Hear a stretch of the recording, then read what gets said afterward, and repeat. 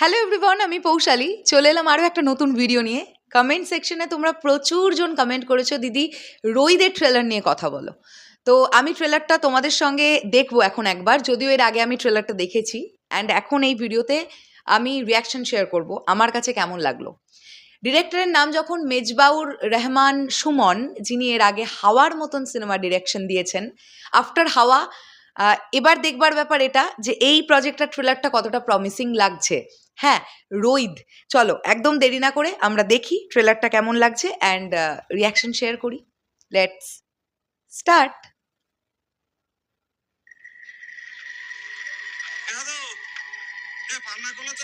প্রথম লোকেশনটাতেই তো ফাটিয়ে দিয়েছেন।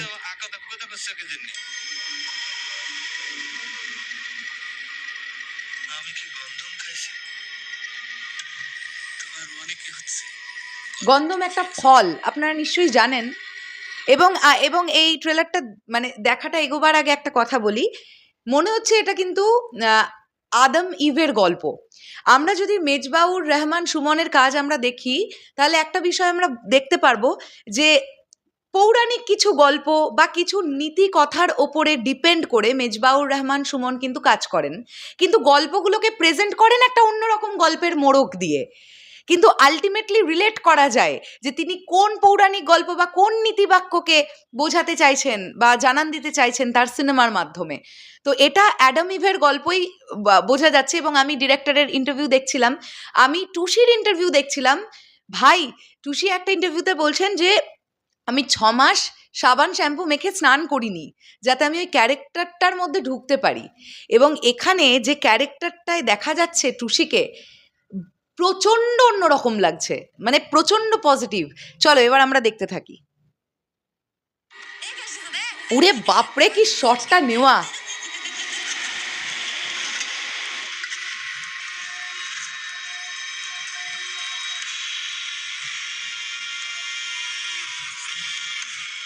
দুর্দান্ত ফ্রেমিং, ওয়াও! ওয়াইড অ্যাঙ্গেল শটগুলো কি ধরা!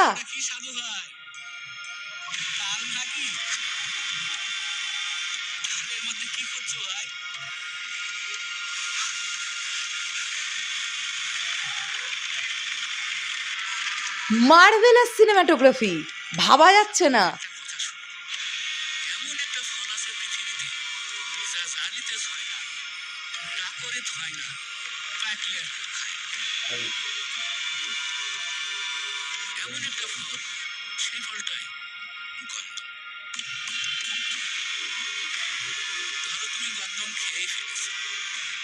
এখন তোমার উপায়।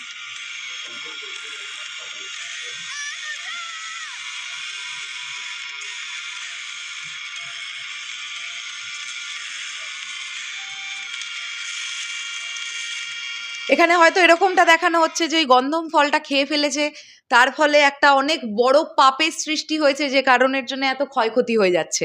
এরকমটা হতে পারে, যদিও সিনেমাটা না দেখে কমেন্ট করা উচিত নয়, আমার মনে হওয়া থেকে বললাম।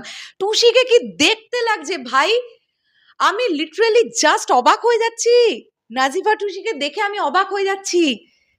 কি প্রেজেন্টেশন, ওনাকে চিনতে পারা যাচ্ছে না, চিনতে পারা যাচ্ছে না জাস্ট। ও মাই গড!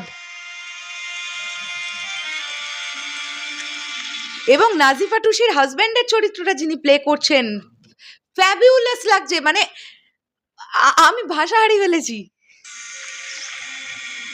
কি ফ্রেম ধরা!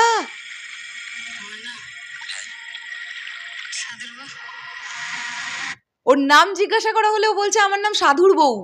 এবং নাজিফা টুসি এই কথাটাও বলেছেন বিভিন্ন ইন্টারভিউতে যে এই প্রথম একটা সিনেমা যেটায় আমার কোনো চরিত্রের নাম নেই, মানে এই ক্যারেক্টারটার কোনো নাম নেই। একে বলছে যে তোমার নাম কি, বলছে আমার নাম সাধুর বউ।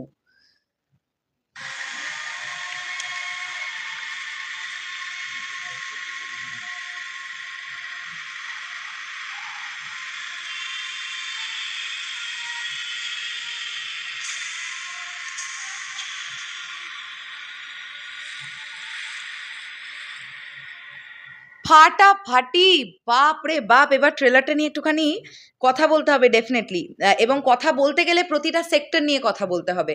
আচ্ছা, এখানে আমরা দেখতে পাচ্ছি মুস্তাফিজুর নূর ইমরান, মানে যাকে নাজিফা টুসির হাজব্যান্ডের ক্যারেক্টার, মানে সাধুর চরিত্রে যাকে দেখতে পাওয়া যাচ্ছে, আউটস্ট্যান্ডিং পারফরমেন্স দেবেন উনি। একটা জায়গা আছে উনি খেয়ে ঢেকুর তুলছেন, ভাইরে ভাই কি ন্যাচারাল অ্যাক্টিং।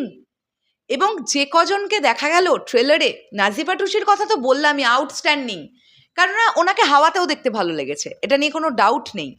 এবং বিভিন্ন চরিত্রে আরও যারা অভিনয় করছেন, নাজিফা টুসি, গাজী রাকায়েত, আহসাবুল ইয়ামিন, রিয়াদ সহ আরও অনেকে। রইদের গল্প লিখেছেন মেজবাউর রহমান সুমন এবং সেলিনা বানু মনি। চিত্রনাট্য লিখেছেন মেজবাউর রহমান সুমন, জাকিন ফারুক আমিন, সিদ্দিক আহমেদ এবং সুকর্ণ শাহেদ ধীমান।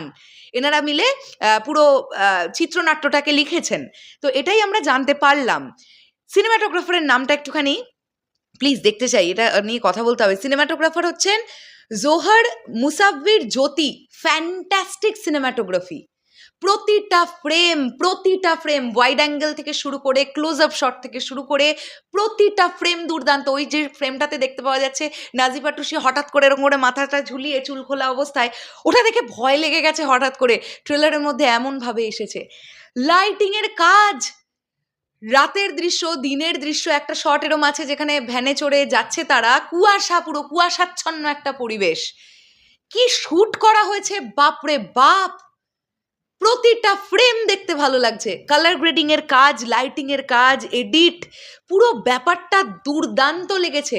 শুনুন, এটা এমন একটা ট্রেলার না যেটা নিয়ে আপনি খুব একটা গল্প কিছু আইডিয়া করতে পারবেন না যে সিনেমাটা অ্যাকচুয়ালি কোনভাবে কোন গল্পের দ্বারা এগোচ্ছে। তবে এরকম একটা বোঝা যাচ্ছে যে এই গন্ধম ফলটা বোধহয় খেয়ে ফেলেছে, খেয়ে ফেলার পরে কিছু বিপত্তি ঘটছে না, কি হচ্ছে এক্স্যাক্টলি না বুঝতে পারছি না। যাই হোক, এই সিনেমাটা রোজারিদে আসার কথা, তো দেখা যাক এই সিনেমাটা কেমন হয়। ট্রেলার অতিরিক্ত প্রমিসিং, অতিরিক্ত, মানে অন্য কোনো সিনেমার ট্রেলার দেখলে গল্প প্রেডিক্ট করা যায়, এই সিনেমাটাতে গল্প খুব একটা প্রেডিক্ট তো আমি করতে পারছি না, বাকিরা করতে পেরেছেন কিনা আমি জানি না।